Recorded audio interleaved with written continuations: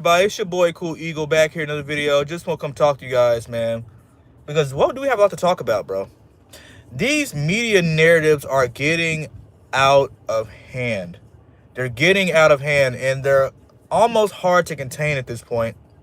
Because what I figured out from just being an Eagles fan, that if you make an outrageous take and you get enough people to react to it, you win. Because that's the whole point of these media pundits, is to get a reaction out of you, the person who's watching. And if they get a million people to react, then they win. Whether the take is bullshit, or whether the take is fabricated, whether the take is exaggerated, whether it's a truth or it's a lie, it really don't matter. Because as long as you react to it, it really don't even matter, man. And I've just been watching this for the past couple weeks, man. The media and their narratives surrounding Aaron Rodgers and Caitlin Clark, two prolific figures in sports right now. I think we can all admit that. I don't think we have to exaggerate that. You know, Aaron Rodgers, bro. And I just don't understand it. I really don't understand it. Like, they make so many narratives about Aaron Rodgers, about how he's the reason the Jets are what they are, about, like, how he shouldn't be allowed to come back for another year, about how he's just a pariah in the Jets locker room, even though nobody has come out and said that.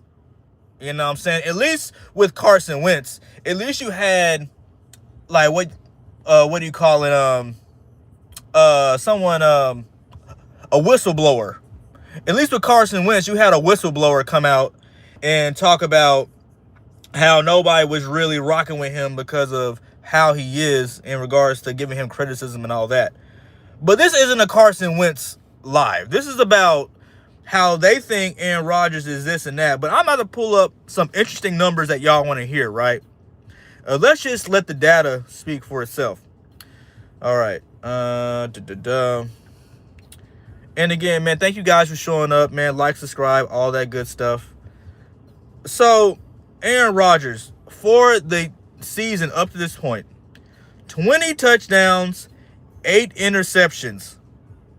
That's not bad for a guy who's on his last leg, isn't it? That's not bad for a guy who they said is the reason this team isn't losing. That's not bad at all. Aaron Rodgers has thrown 20 touchdowns and 8 interceptions. So how can you say that Aaron Rodgers is a bad QB?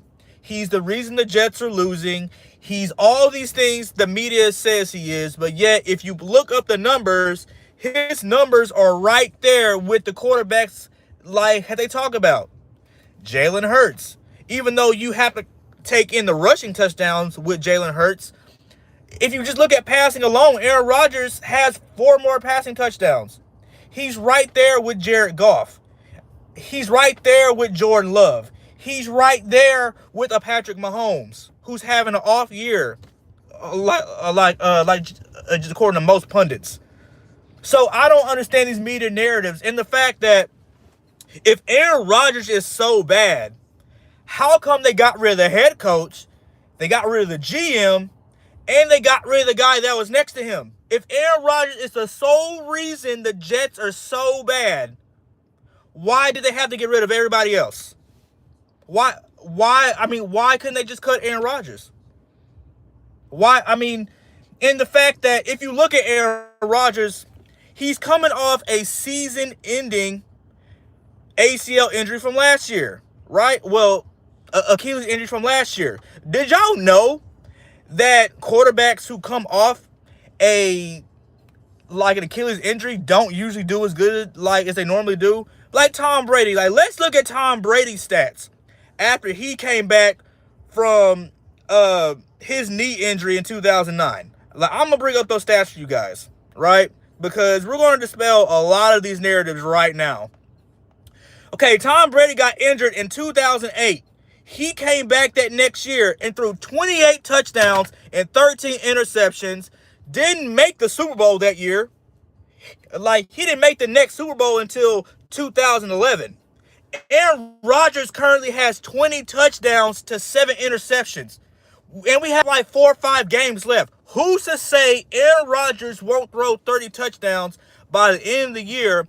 And yet, you have media pundits come on the air out their mouth talking about a 4-time MVP and how he should not be allowed to come back. What kind of sense is that? Okay, I will admit this to you. Aaron Rodgers is not as good as he once was. Okay, this is not 2008 Aaron Rodgers. Okay, this is not, 2021 Aaron Rodgers. Okay, we can admit that. And the reason that we can admit that is because, he just came off a season-ending injury that for most players that aren't quarterbacks would take them out. Hey, what's up, Navy 87? What's up, Alien World? Thank you guys for showing up, showing out for your boy, man. Look, man, we're just talking about these media narratives that are getting hard to contain, man, and that the people are just getting tired of, right? Aaron Rodgers, they're saying he is. Oh, yo, what's up, Navy? Like I thought I said, hey, what's up, Navy? But yeah, so, man, if Aaron Rodgers ends up throwing 30 touchdowns for the year to like 8 interceptions, I'm literally going to lose my shit because he did something that Tom Brady didn't do like a year after his season-ending injury. Oh, guess what? They made a rule for Tom Brady after he got hurt for that entire year. They made a rule for him. They made a rule that you can't hit the quarterback below like a certain area on the body. So the fact that you're saying all this about Aaron Rodgers, not even taking into account of what's going on around him, right? So let's look at the Jets, right? And the Jets games that's been going on, right? Let's look at the Jets games, right? The New York Jets. Because we talk about a lot what Aaron Rodgers is doing, but we're not talking about what the Jets are not doing. Because remember last year, the Jets had a top 5 defense. We were talking about the Jets defense last year. Like we were talking about the San Francisco 49ers defense. Let's see what's going on.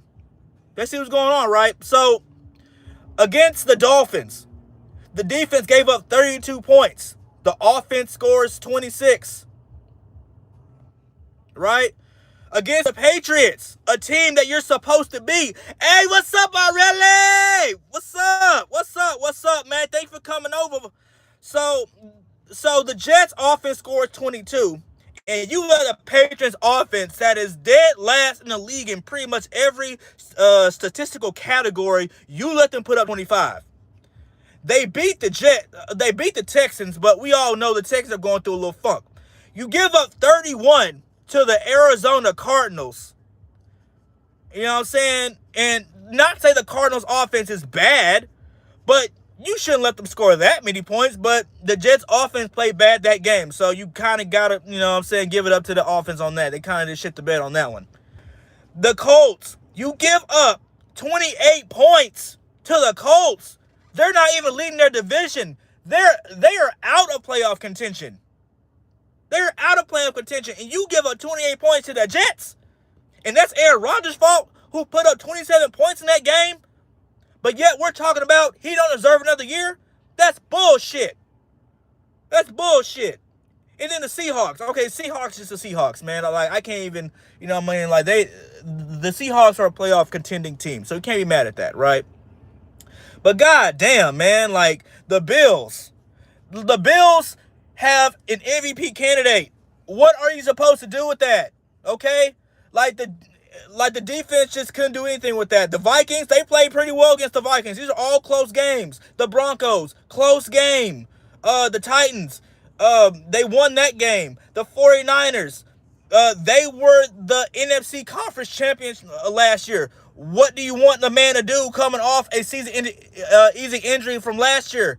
Who's 41 years old? What do you want him to do against this kind of schedule? So the Jets' schedule was already set up for them to fail. But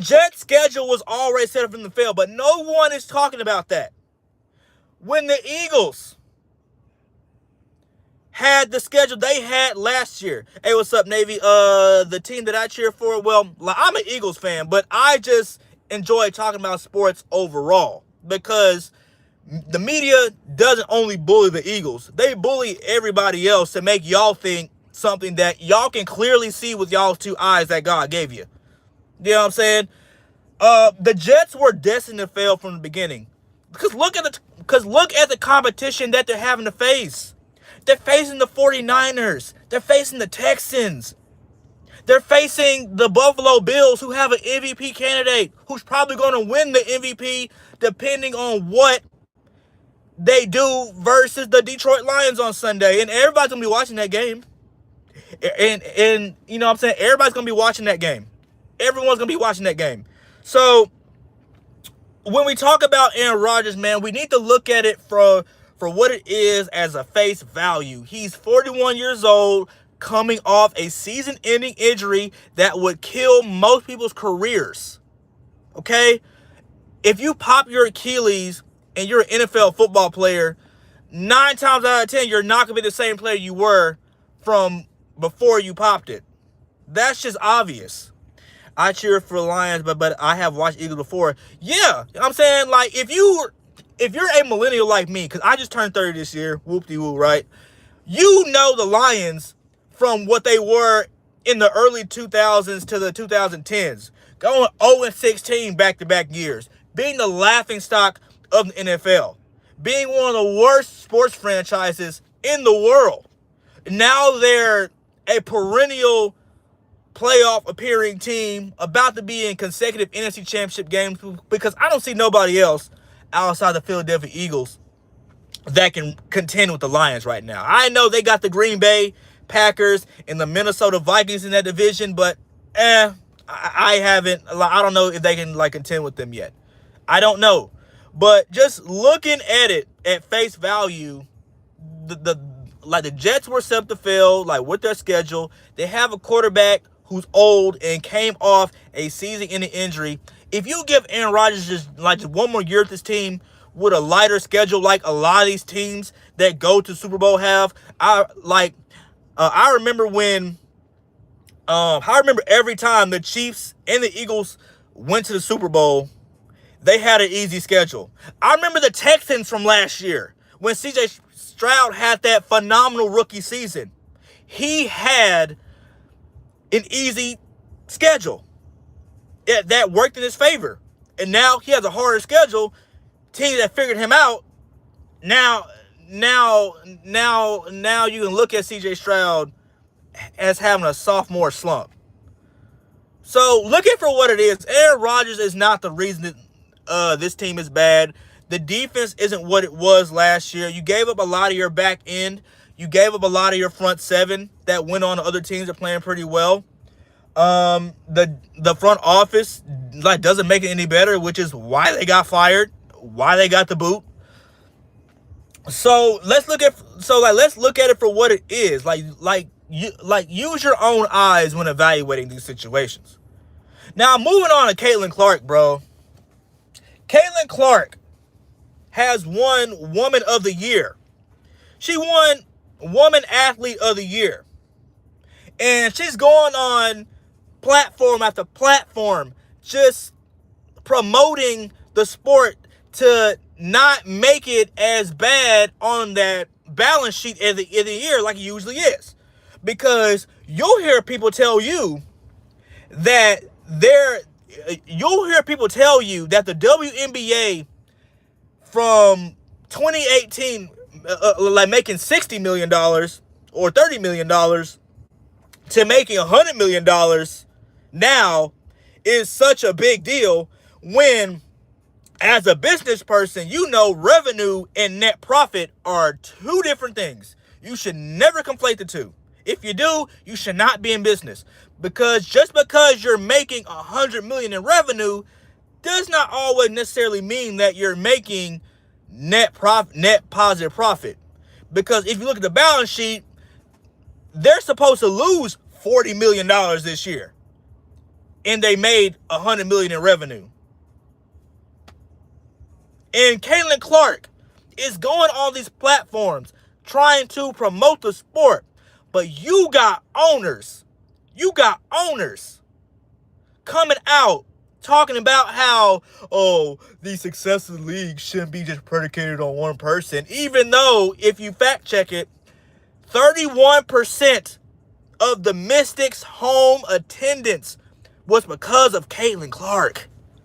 A lot of the revenue boosts that came to the WNBA was because of Caitlin Clark. A little old white girl from Iowa. It's becoming like the face of the league in what a lot of call a, lesbianist league. Because that's where a lot of these women are. But you got a straight heterosexual girl, white girl coming out of Iowa, being a face of a league that is like predominantly black and, homosexual, But that's another topic for another day. But you got her trying to just promote this sport, and you got owners of different teams coming out and saying that she shouldn't be the face of the league, man, because the league was already here. Well, nobody gave a fuck about the WNBA before Caitlin Clark. Nobody was talking, not even me. I was not talking about the WNBA prior to Caitlin Clark. No content creator was talking about the WNBA before Caitlin Clark. And that should show you the kind of difference she's had on this league, not only financially, but social popularity wise. You got little girls wanting to be like you got little girls wanting to be like Caitlin Clark. And I know people like Angel Reese, but Angel Reese is not Caitlin Clark. No one wants to see somebody that show their ass on the internet and is only good for getting their own rebounds after they miss a shot. And is not even shooting 38% for a big. You're a big and you're not even shooting 40%. Man, what kind of shit is that? And the rim is lower than it is in the men's league. And you can't make 50% of your shots as a big. You're a big.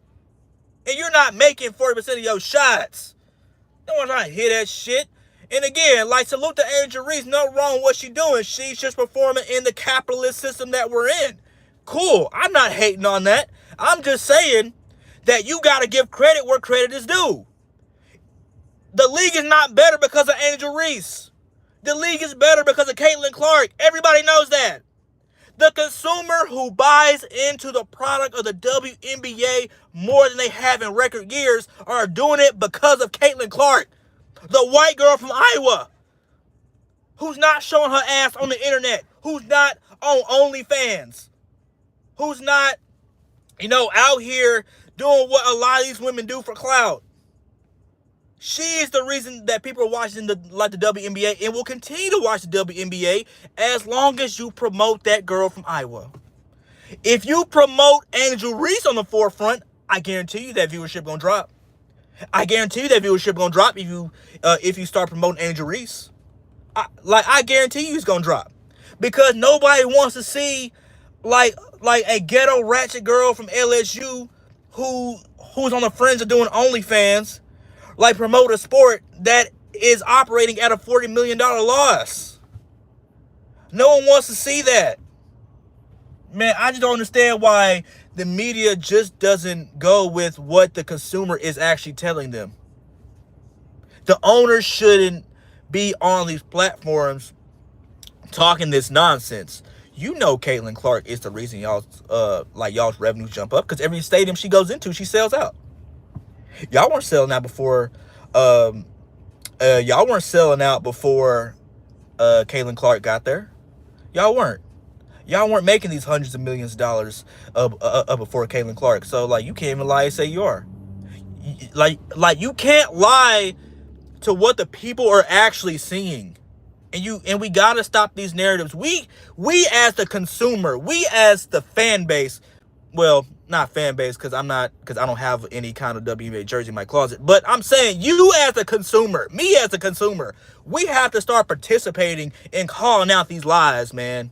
Not only against Aaron Rodgers, but Caitlin Clark and those others that are actually making a difference. We need to start standing up we need to start standing up against this nonsense. But that's all I have to talk about, y'all, man. Y'all go on with y'all Saturday wherever you are. Hope it's good weather. Hope you get you something to drink, man. Hope you do what makes you happy, man. Whether you're playing video games all day, whatever you're doing, man. Have fun today, man. Watch out for the lies. Use your eyes. Stay wise. We got more content on the way, man. Y'all take it easy. Your boy Cool Eagles out here. I love each and every one of you guys for showing up, and showing out how you do. The channel is only getting bigger. And we're only getting better. I'm getting better because of you guys, and I love each and every one of you guys. Y'all have a nice rest of y'all's day. Cool Eagles out here.